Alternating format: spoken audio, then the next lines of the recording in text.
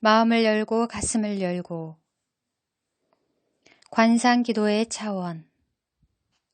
관상기도란 하느님께서 무엇이든지 하실 수 있는 세계이다.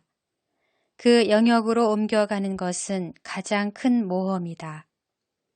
그것은 무한회로 열려 있는 것이며 따라서 무한한 가능성회로 열려 있는 것이다. 우리 개인의 자기가 만든 세계는 끝나고 새로운 세계가 우리 안과 우리 주변에 출현하며 불가능한 것이 매일의 체험이 된다. 그러면서도 기도가 드러내는 세계는 일상사 속에서는 거의 알아차릴 수가 없다. 그리스도인의 삶과 성장은 우리 자신의 기본적인 선성, 즉 하느님께서 그 초월적 가능성과 함께 우리에게 주신 존재에 대한 믿음의 바탕을 둔다.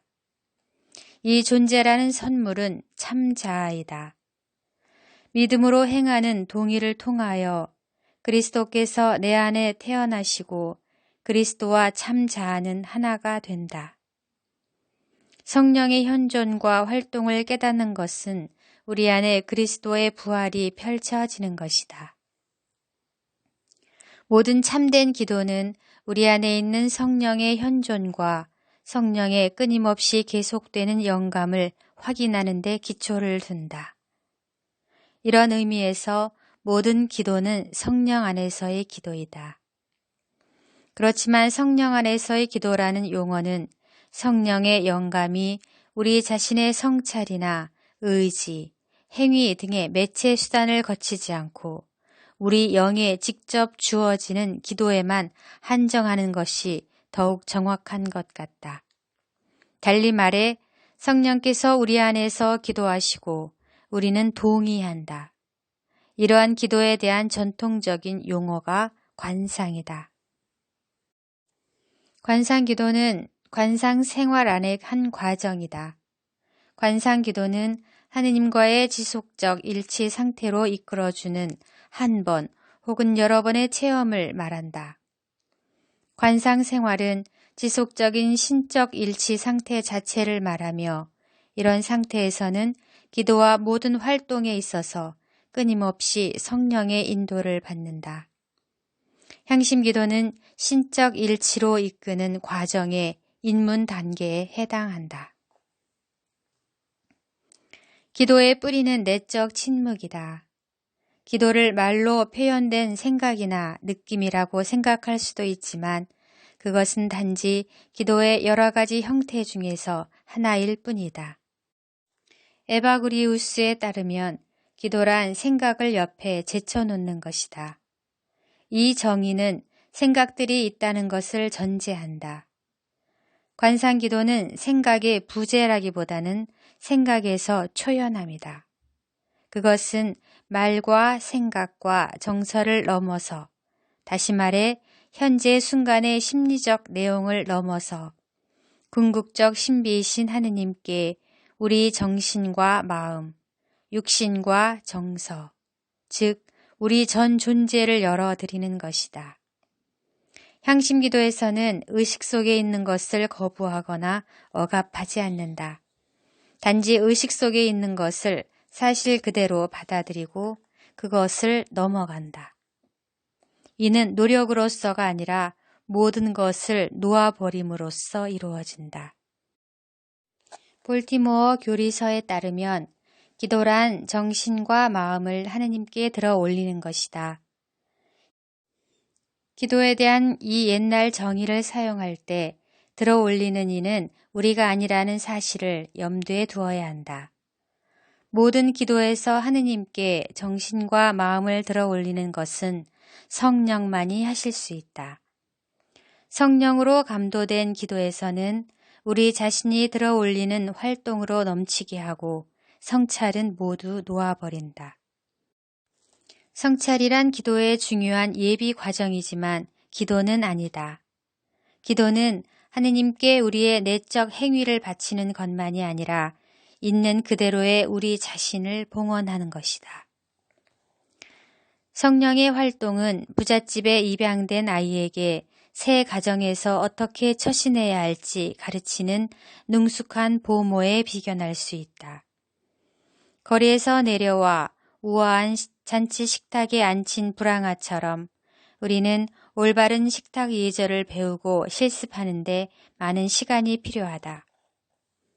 거친 성장 때문에 식탁에 흙 묻은 발을 올려놓는가 하면 사기 접시를 깨거나 스프를 무릎에 엎지르기 십상이다. 새 집의 가치에 적응하려면 태도와 행동 양식이 근본적으로 변화되어야 한다. 이 때문에 처음에는 부모가 강압적이고 지나치게 금지시키는 사람으로 보일 수 있다. 하지만 부모는 이것저것 교정하는 가운데에서도 늘 격려하는 것처럼 보인다.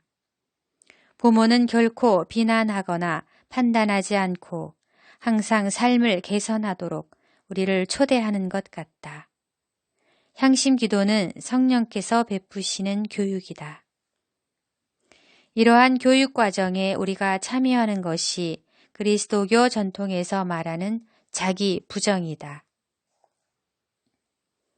예수님께서는 누구든지 내 뒤를 따르려면 자신을 버리고 제 십자가를 지고 나를 따라야 한다 하고 말씀하신다. 가장 내면적인 자기를 부정한다는 것은 지력과 의지의 습관적 기능에서, 즉 가장 깊은 내면의 기능들에서 초연해지는 것을 포함한다. 이것은 기도 중에 일상적 생각들은 물론 가장 경건한 사색과 열망조차도 우리가 그것들을 하느님께로 나아가는 필수적인 수단으로 취급하는 한 놓아버릴 것을 요구할지도 모른다. 이성적인 정신은 그것이 사고하는 바를 단순화하는 특성이 있다.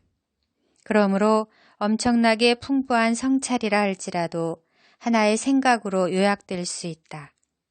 생각 자체는 하나의 현존, 이해의 행위라기보다는 주의의 행위가 된다.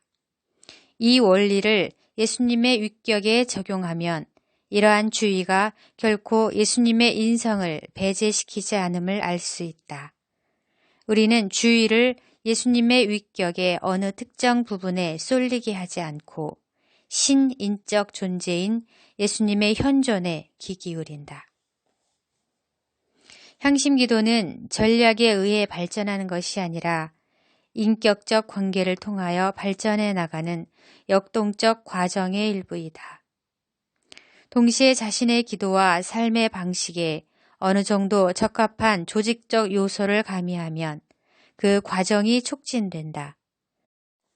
그것은 마치 건강에 좋은 음식과 운동이 어린이의 육신이 성숙해 나가는 것을 도와주는 것과 같다. 향심기도의 첫 번째 효과들 중 하나는 무의식의 에너지가 방출되는 것이다.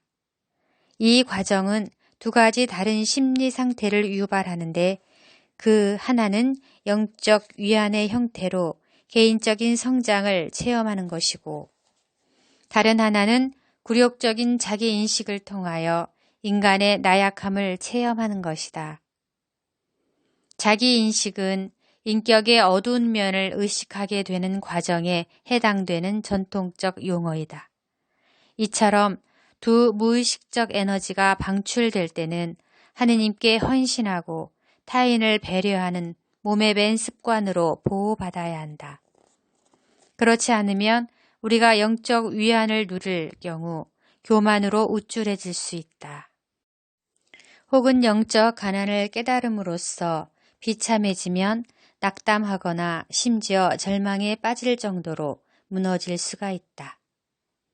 하느님께 대한 헌신과 타인을 섬기는 습관을 길러나가는 것은 자기 찬양이든 자기 비하든 감정이 실린 생각들에 직면할 때 마음을 안정시키기 위해 절대적으로 필요한 방법이다. 하느님께 대한 헌신은 하느님 사랑을 위한 영적 수련의 투신함으로써 발달된다. 타인에 대한 봉사는 동정심에 이끌려 마음이 밖으로 향하는 것이다. 이러한 것들은 우리 자신의 영적 여정과 그 진행 상황에만 몰두하게 되는 뿌리 깊은 경향을 중화시켜준다. 타인에 대한 봉사의 습관은 우리가 하는 일 안에서 하느님을 기쁘게 해드리려고 노력함으로써 그리고 더불어 살아가는 사람들에게 시작하여 이웃에 대한 동정심을 발휘함으로써 발달된다. 모든 일을 무조건적으로 받아들이는 것은 내 이웃을 너 자신처럼 사랑해야 한다 하신 계명을 준수하는 것이다. 그것은 서로의 짐을 져주는 실제적인 방법이다. 박해를 받으면서도 판단하지 않는 것은 내가 너희를 사랑한 것처럼 서로 사랑하라는 계명을 지키는 것이며 친구를 위하여 목숨을 내놓는 것이다. 하느님께 헌신하며 이웃을 섬기는 습관은 우리 심령을 정서적 혼돈의 홍수 속에 빠져들지 않게 하면서 무의식의 에너지가 방출되는 통로의 양뚝을 형성한다. 이러한 에너지가 봉헌과 봉사라는 두 뚝 사이에서 순조롭게 흐르게 되면 그 에너지는 우리를 영적 지각, 이해, 무화적인 사랑의 더 높은 차원으로 끌어올려 줄 것이다. 이와 같이 안전장치 역할을 하는 두 가지 태도는 정화시키고 성화시키는 성령의 빛을 받아들이도록 신경 조직과 신체를 준비시킨다. 이 안전장치들은 생각과 감정이 일어날 때 생각과 감정들이 집착과 준강박적 단계에 이르기 전에 우리가 그것들을 분별해낼 수 있게 해준다. 습관적 생각과 욕망의 속박에서 점점 더 자유로워질 때 우리는 고요한 마음으로 내적 기도에 들어갈 수 있다. 초연함이 자기 부정의 목표이다. 이것은 모든 실제에 대한 무소유의 태도, 거짓자 체계의 뿌리를 공격하는 마음가짐이다. 거짓자란 엄청난 착각으로서 뇌와 신경 조직 속에 저장되어 있는 많은 습관적 사고 형태와 정서적 습관들이다. 컴퓨터 프로그램처럼 그것들은 특정한 상황들이 그에 해당하는 단추를 누를 때마다 재가동되곤 한다. 이러한 거짓자는 자신의 교묘한 의도가 신앙적 동기를 가진 것이라는 인상을 풍기기도 한다. 진정한 신앙적 태도는 하느님에게서 오는 것이지 거짓자에서 오는 것이 아니다.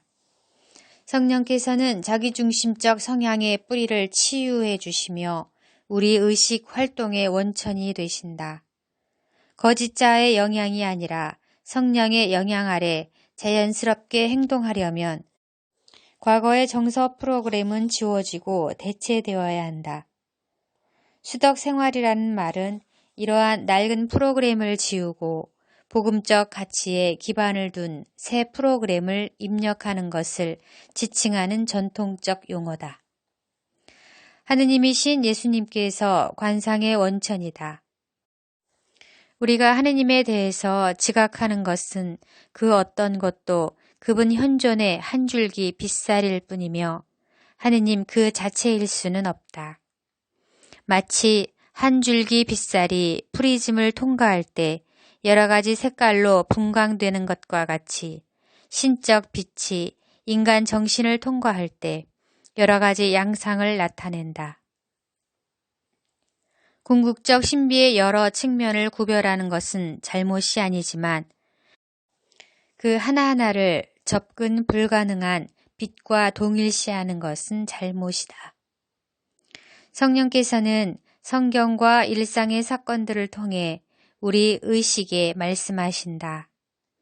이 개인적 만남의 두 가지 원천을 사색하고 행복 추구, 정서 프로그램을 제거함으로써 우리의 심령은 더욱 세련된 감수성으로 경청할 준비가 된다. 그러면 성령께서는 우리의 참 자아인 내면의 깊은 원천에서부터 우리의 의식에 말씀하시기 시작한다. 이것이 소위 관상에 대한 적절한 표현이다. 이러한 패턴의 예가 거룩한 변모에서 제시된다. 예수님께서는 관상의 은총을 깨달을 준비가 되어 있는 새 제자, 말하자면 마음의 변화에 가장 진척이 있었던 제자들을 데리고 가셨다. 하느님께서는 그 산에서 시연이라는 수단으로 감각적으로 그들에게 접근하셨다. 처음에 그들은 위압당하면서도 기뻐하였다. 베드로는 영원히 그곳에 머물고 싶어 했다. 갑자기 구름이 그들을 덮더니 시야는 감추어지고 감각에 공백이 오고 고요해졌지만 아직 그들의 정신은 명료한 상태였다. 땅에 엎드린 동작은 그들 마음 상태를 정확히 표현했다. 그것은 경배와 감사와 사랑이 한데 어우러진 자세이다. 하늘에서 들려온 목소리는 성령의 현존에 대해서 그들의 의식을 각성시켰는데 이 성령께서는 언제나 그들 안에서 말씀하고 계셨지만 그 이전까지는 결코 알아들을 수 없었던 것이다. 활짝 열린 그들의 내면은 하느님의 빛나는 현존으로 가득 찼다. 예수님께서 그들에게 손을 대시자 그들은 일상적 지각 상태로 돌아와 그분을 이전 모습대로 보게 되었다. 그러나 이제는 변화된 믿음의 의식으로 그분을 보게 되었다. 그들은 예수님을 더 이상 단순한 인간으로 보지 않았다. 그들의 수용적 기능들과 능동적 기능들이 성령으로 통일되었다. 하느님의 내적 말씀과 외적 말씀이 하나가 되었다. 이러한 의식에 도달한 사람들에게 일상생활은 지속적인 하느님의 계시이다. 그들이 성경과 전례에서 듣게 되는 말씀들은 관상이라는 기도를 통하여 배운 바를 확인해 준다.